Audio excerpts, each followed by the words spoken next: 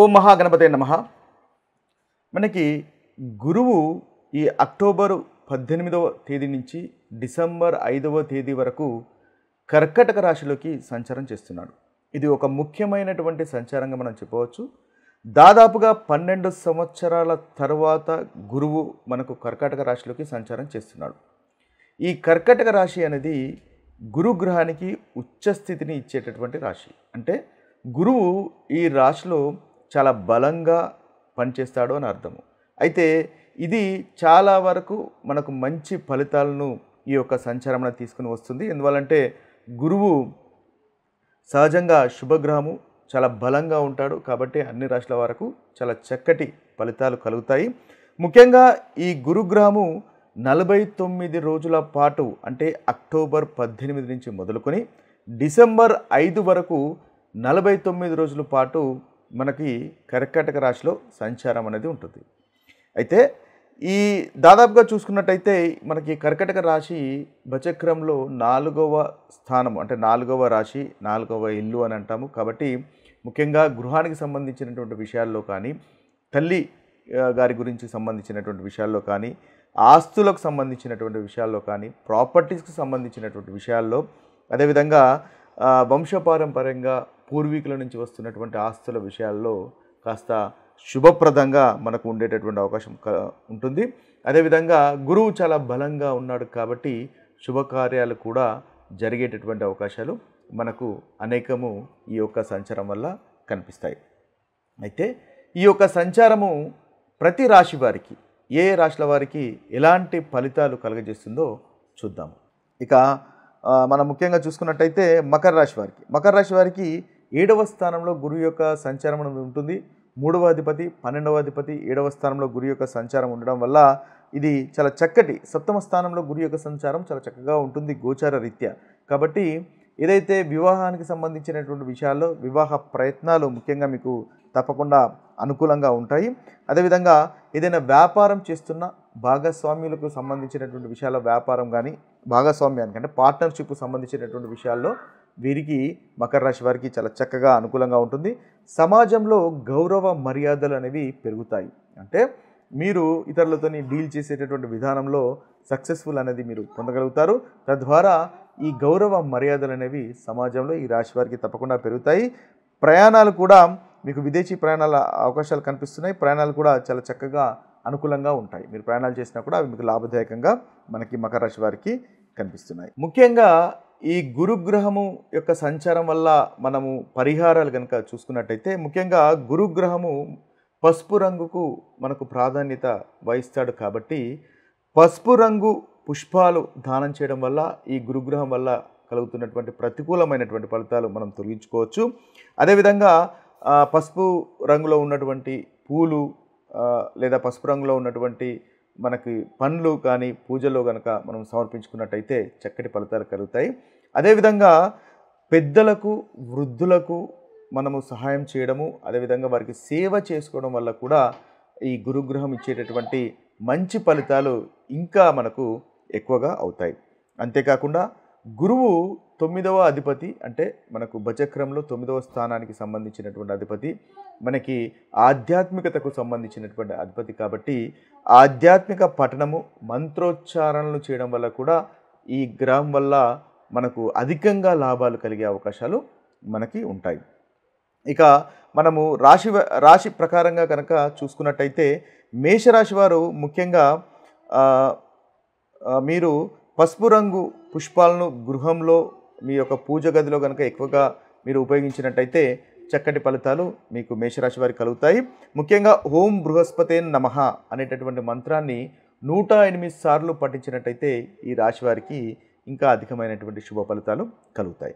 ఇక వృషభ రాశి వారికి కనుక చూసినట్టయితే ఈ వృషభ రాశి వారికి ముఖ్యంగా 3వ స్థానంలో మనకి గురువు సంచారం అనేది జరుగుతుంది. కాబట్టి విద్యార్థులకు సంబంధించినటువంటి పుస్తకాలు కానీ ఏదైనా దానం చేయడం వల్ల చక్కటి ఫలితాలు వీళ్ళు కలుగుతాయి. అదేవిధంగా ఓం గురవే నమః అనేటటువంటి మంత్రాన్ని 108 సార్లు పఠించడం వల్ల ఈ వృషభ రాశి వారికి మంచి ఫలితాలు ఈ గురుగ్రహం యొక్క సంచారం వల్ల కలుగుతాయి. ఇక మిథున రాశి వారి కనుక చూసుకున్నట్టయితే ఈ మిథున రాశి వారికి 2వ స్థానంలో గురువు యొక్క సంచారం కలుగుతుంది. కాబట్టి ముఖ్యంగా మీకు గనుక ఆర్థికమైనటువంటి ఫైనాన్స్ సంబంధించినటువంటి ఏదైనా సమస్యలు గనుక ఉన్నట్టయితే దాదాపుగా మీరు నీలం రంగు వస్త్రాలు ఎక్కువగా ధరించే ప్రయత్నం చేయండి. తద్వారా మంచి ఫలితాలు కలుగుతాయి. అయితే మంత్ర జపం చూసినట్టయితే ఓం బృహస్పతే నమః అనేటటువంటి మంత్రాన్ని 108 సార్లు ప్రతిరోజు కనుక పఠించినట్టయితే చక్కటి ఫలితాలు మనకు మిథున రాశి వారికి కలుగుతాయి. ఇక కర్కాటక రాశి వారి యొక్క ఫలితాలు కనుక మనం చూసినట్టయితే కర్కాటక రాశి వారికి 1వ స్థానంలో అంటే ఆత్మ వ్యక్తిత్వానికి సంబంధించినటువంటి స్థానంలో ఈ యొక్క సంచారము అంటే లగ్నంలో రాశిలో ఈ సంచారం అనేది జరుగుతుంది. కాబట్టి వీరికి ఆలయంలో దీపాలు వెలిగించడము, ఆలయ సందర్శనాలు, అదేవిధంగా పసుపు పుష్పాలు దానం చేయడం వల్ల కూడా పసుపు పుష్పాలు దానము లేదా పసుపు రంగు సంబంధించినటువంటి వస్త్రాలు దానం చేయడం వల్ల చక్కటి ఫలితాలు ఈ కర్కాటక రాశి వారికి కలుగుతాయి. వీరు కూడా ఓం గురవే నమః అనేటటువంటి మంత్రాన్ని 108 సార్లు పఠించడం వల్ల మంచి ఫలితాలు కలుగుతాయి.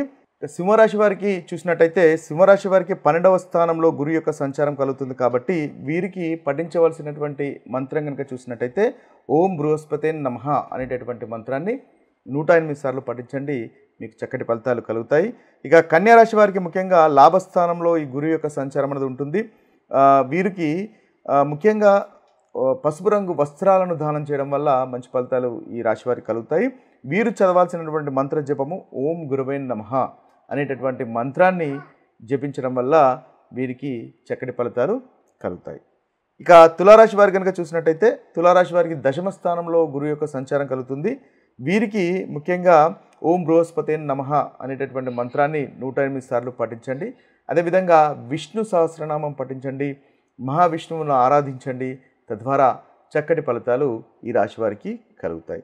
ఇక వృశ్చిక రాశి వారి కనుక చూసినట్టయితే వృశ్చిక రాశి వారికి 9వ స్థానంలో ఇది మనకు గ్రహ సంచారం జరుగుతుంది. ఆధ్యాత్మికతకు అదేవిధంగా విద్యకు అంటే హయ్యర్ స్టడీస్కి సంబంధించినటువంటి మనము స్థానంగా చెప్తాం. కాబట్టి వీరు ముఖ్యంగా విద్యార్థులకు ఉపయోగపడినటువంటి వస్తువులను దానం చేయడం వల్ల చాలా చక్కటి ఫలితాలు ఈ రాశివారు పొందగలుగుతారు. అదేవిధంగా సూర్యుని ఆరాధించడం ద్వారా విష్ణు భగవానుని ఆరాధించడం వల్ల వీరికి చక్కటి ఫలితాలు కలుగుతాయి.